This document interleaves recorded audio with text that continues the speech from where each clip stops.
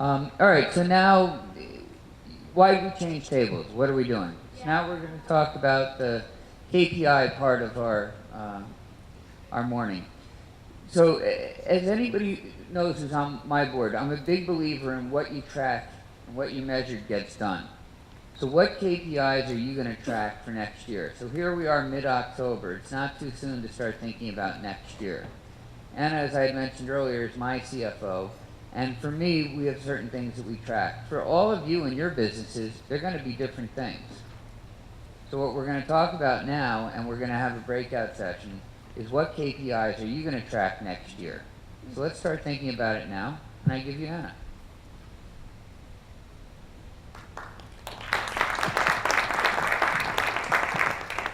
Thank you. I'm half Italian, half Spanish. I'm not made to stand behind a podium. I need to use my hands and walk around. So thanks, Chris. I just wanted to give you a quick idea of what the format's going to be of this. I know we're running a little bit behind, so we're going to kind of shorten up our table talks a little bit. But we're going to go about 20 minutes. I'm going to talk to you about KPIs, what they are, how you use them. And so you can start thinking about KPIs for your business for 2013. Then we're going to do kind of a 10-minute table talk, talk about what kind of KPIs you use for your business, maybe share some ideas, and we've switched your tables so that you're kind of in a group with other similar businesses, so you may be able to get some cross-pollination of ideas. It's not exactly a even fit with all the different businesses we have in tab, but so hopefully in the spirit of sharing ideas, we can get some good KPIs for next year. So what are KPIs? KPIs are key performance indicators. They really help you drive your business. I'll tell you a little bit about my company and what we do. We're a 6-person consulting firm based in Rockaway.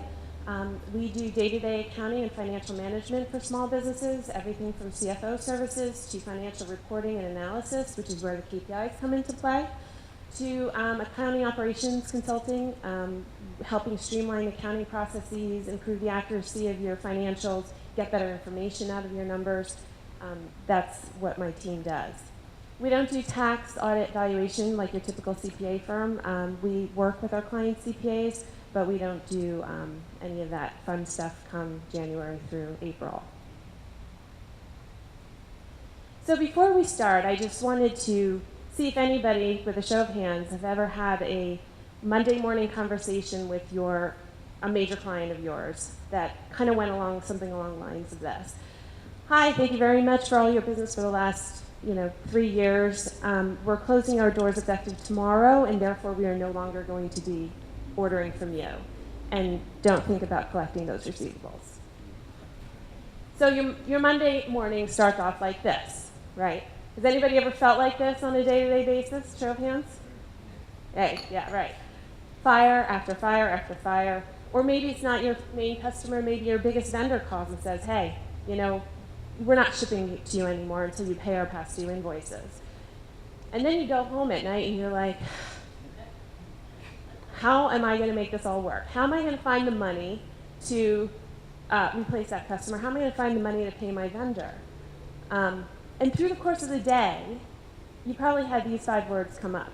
How did this happen? How did I get blindsided by all of this? Right? This is where KPIs come into play. They're like a windsock for your business. They really help you see when the winds are starting to change. Cue the airplane flying over. How's that for sound effects for the gray sky folks, right? So anyway, KPIs are like the windsock for your business. They help you change your flight pattern when the winds change. They help you see when the winds are changing. What we notice with our clients that we walk into, a lot of times, A, they get KPIs wrong. They do get it wrong 3 ways. A, they don't measure anything. There are no KPIs. B, they measure the wrong things. They're only looking at one portion of their business. Or C, they don't measure them frequently enough or infrequently. They measure them inconsistently. So, one word about going with your gut.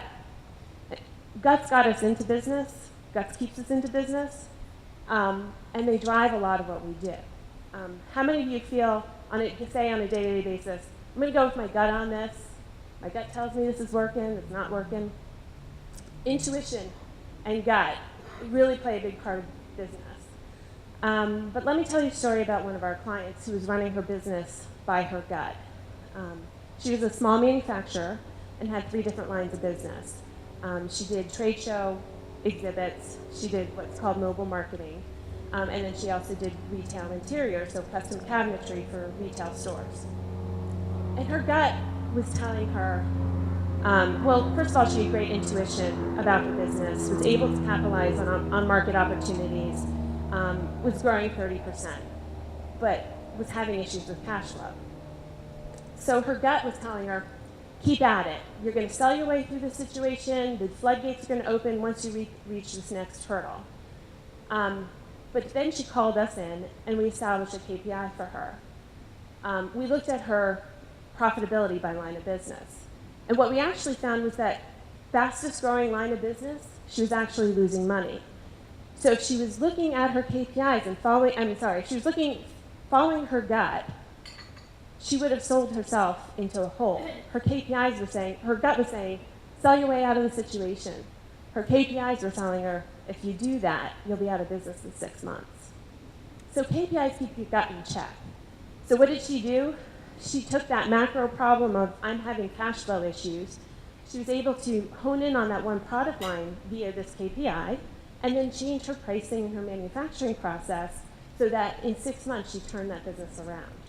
All because she didn't follow her gut and stuck with the KPI. How many of you track sales by month? Raise a hand. All right, a bunch of you, right. Great KPI. If you're not sure if you track KPIs, you already are. It's one of the greatest leading indicators of any business.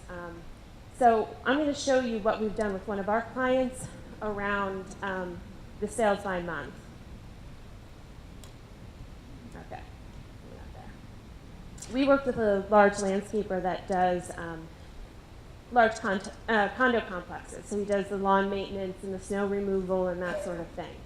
And I'm also, even though I am a numbers person, I'm a huge fan of charts and graphs.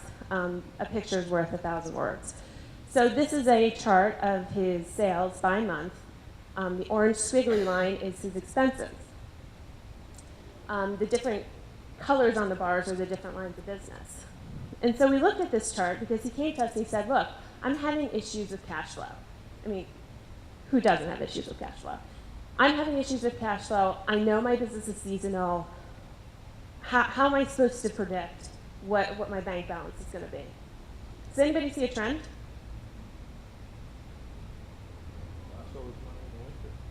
Okay. I'll give you a little hint here. What we noticed, and this chart went back a couple of years, it was consistently in December, his expenses exceeded his revenue. His outgoing cash was exceeding his incoming cash. And so what we did for him is we said, okay, well, you got a problem in December, historically. So we know we got to set up a cash reserve to bridge you through December. And the second thing that we saw was that he was collecting his money for snow removal, in April, May, and June, way after the snow season had ended. So he had a problem with receivables, okay? So from that macro problem, I have cash flow unpredictability, we were able to draw it down into 2 different KPIs among a number of others. One which is days of cash on hand. And this is a universal KPI that any business can use. It tells you how many days can my business survive with the cash I have in my bank account. And for my landscaper friend here, it's between 10 and 20 days. Not a really good position to be in. We recommend at least 30 days of cash on hand. For him, because his business was so dependent upon the weather, we actually upped it to 45. The other chart that we put together for him was helping him monitor his accounts receivable aging. Marquette favorite, apparently, I hear. So once he was able to identify that, then he upped his collections efforts and established a policy and procedures around how long he would let an invoice go without following up. Okay. So that's an example of a KPI. So what makes up a good KPI? 5 attributes, in my opinion. First of all, measurable. Has to be hard data somewhere that you can get your hands on customer sentiment, employee morale, not really good measures of, not really good data for KPIs unless you have some sort of research. Second, and probably most importantly, it's relatively easy to access the data. If it comes from a system, it's good. If it's manual, it's a hurdle. For time and effort that's required to put together that KPI, and then secondly, the accuracy. KPIs have to be timely. You have to be able to get them at a regular interval, whether that's daily, weekly, monthly, quarterly. You really don't want to have an annual KPI. And then it has to be reviewed frequently, and you have to be able to take action upon it. Fits in nicely with the tab model, right? We put down our challenges, we commit to some action, and then we're accountable. KPIs do the same thing for your business. So if you Google KPIs, you'll come up with thousands of hits, right? You can measure your business 6 ways to Sunday, so how do you find the right KPIs for your business? It can be a little bit overwhelming, but our approach is start with the financials. And the reason why we say start with the financials, and you don't have to break out the green visor in your adding machine. If you start with your financials, think about it. Everything flows to your financials. Your sales, your HR choices, your operations, all flow to your financials in some form or another. And what better way to identify where you need to start?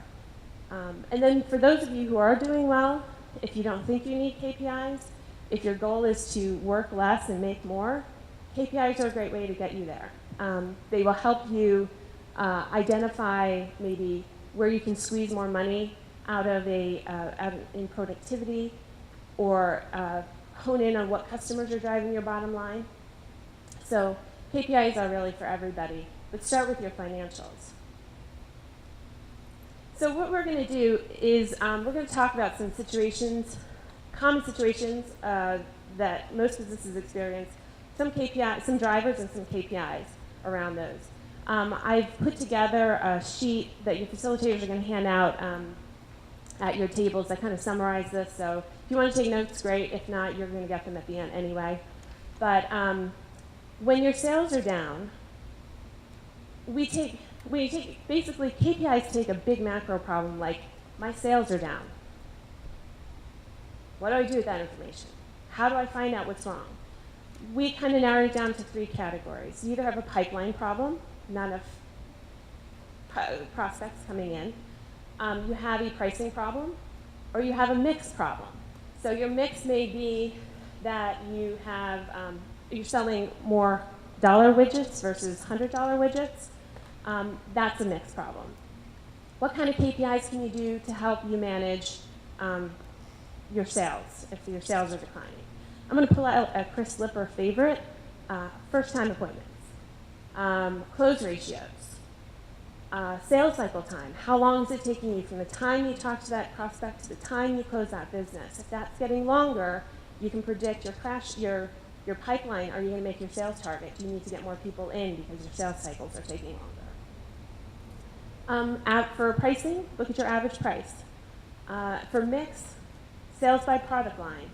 Or you might have issues with customer churn, meaning that more customers are leaving than are staying, and you may need to address that.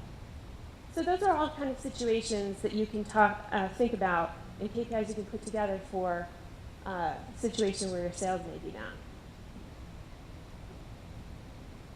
If your profits are down, first place to look is your P&L, obviously, your profit and loss statement, or your income statement, which is also called. It could be a sales problem. It could be, obviously, you have something in your P&L, your expenses are going up. It could also be a mix issue, where you're selling to less profitable customers, or you're selling less profitable product lines. You may be hiring too fast. So what kind of KPIs can you use for those? Production per employee, productivity per employee. Obviously, you want to look at your sales trends. It's a big driver of your P&L. Your gross margin percentage, that's the money that's left over after you take out your direct costs, or your net income percent, which is your profit at the end of the day. Who likes roller coasters? Who likes a cash flow roller coaster? Yeah, not so many people, right? Ever feel like this? Whoa, okay, I've got cash today. Oh my gosh, it's 2 weeks later. It's all gone. Where to go? I had a client that said to me yesterday, he goes, you know, I sell millions of dollars worth of product. Why don't I see millions of dollars in my bank account, right? That's the million-dollar question. There's a couple of reasons for that. Money's tied up in your business somewhere, or it's flowing out too fast. You're not, your business isn't doing well as far as profitability-wise. So I'll go back to my two favorites are days of cash on hand is a great KPI, applicable to all businesses. Look at your AR aging and your AP aging. If you have inventory, how fast is it turning? How much do you have? How much is obsolete? And then also you want to look at your income. So once you identify your KPIs, the best thing to do, in my opinion, is put them all together in one place. Put together your dashboard, your scorecard. You have a dashboard in your car, tells you how fast you're going, if you need gas, if you need an oil change or you need service. Your KPIs are going to help you do that too. If you have a system that pulls it together, great. But a couple things to keep in mind when you're putting together a scorecard. It is critical that you have balance in your scorecard. You heard the term balanced scorecards, a big Harvard term. It really does make sense. If you're only measuring sales KPIs and your business is losing money, well, you're like my client, digging yourself into a hole deeper than you think you can get out of. Or you want to measure employee productivity with employee satisfaction. But you also want to factor in your KPIs where you're going in your business. What KPIs do I need to achieve or focus on to get to where I need to go? That's why you really should include some sort of strategic KPI forward-looking. And it is a process. KPI you develop today, 6 months from now, may not necessarily be the KPI you want to be measuring. Hopefully it's because you've improved it, but sometimes you may find that what you thought was a leading indicator, what you thought was the windsock for your business, isn't really. So we want to constantly take a look at your KPIs, what you're pulling out and what you're looking at, and then revise them. It's not a once and done kind of process. Okay, so now what we're going to do is we're going to take a couple of minutes. If your facilitators haven't passed out those sheets that I put on the tables, we could do that. I will get around to the tables who don't have them. Or if you want, Ken, why don't you take your table and move it over here, and then, do we have enough seats? You guys want to move over here, and then we'll just do a quick, how much time do we have? We need another 5? Just 5 minutes? All right. We're going to just do 5 minutes where what I'd like to do is have everybody talk about the measurements you use for your business on a regular basis. What kind of KPIs do you use? And then we're going to kind of regroup in about 5 minutes and talk about, as a group, kind of what kind of KPIs does everybody use within TAB, and hopefully you might come out with some that we didn't discuss right now. Okay, we'll do that for 5 minutes. I hate to break up these conversations. I am really just enthralled with all the great ideas that I'm hearing. Does anybody want to share? We're going to take about 5 minutes. Does anyone want to share some of the KPIs with their table, or any KPIs that they track, or something that you learned from somebody else that you want to maybe implement in your business? No problem. Scott Wallode had mentioned something. He said, I don't track sales. And I think most people would wind up saying, what an idiot, which I thought at first. But what Scott talked about was bowling spot marking, spot bowling. So when you're bowling, you take a look at, you want to hit that spot, and then that spot, and then if it hits the pin, you're going to strike, so you know when you leave your hand. So what he was saying is, I want to track the things that happen earlier on that I know if I roll the ball right, the sale is going to happen. And I tend to track things that are more on the financial statement, but that leads to the financial statement, that leads to the sales. The things that lead to the sales I think are valuable. So I'm gonna try and do more spot pin bowling. Anybody else? Chris? Hi everyone, I'm Chris. I'm a chiropractor of Barefoot Rehab. A few of the testimonials, few of the KPIs that I have. My first one, I want to be testimonials. So at the end of the day, when I die, I can't take my money with me, so it's really how happy people are with my service. So that's what I really try to measure on my website. So that was number one. Two was the amount of patients I'm seeing, new patients, then patient visits per week. Three was the amount collected per patient. And the fourth one, which I really need to do more consistent basis, which Chris mentioned, was the kill ratio. In other words, how many people I see for the first visit who don't come back after that. But I also try to pre-screen people, so I tell people my treatment hurts, I'm more expensive than everyone else, so I try to screen those people that might not come back. So I like to think that my kill ratio is pretty low, but it's something I need to measure on a more consistent basis. Excellent. Anybody else? Okay, well, thank you guys very much. Great conversations. I hope you got something out of it. I also want to give a quick shout out to Norman. What did you say? You helped me with some technology issues today. Awesome. Thank you so much. All right, thank you guys very much.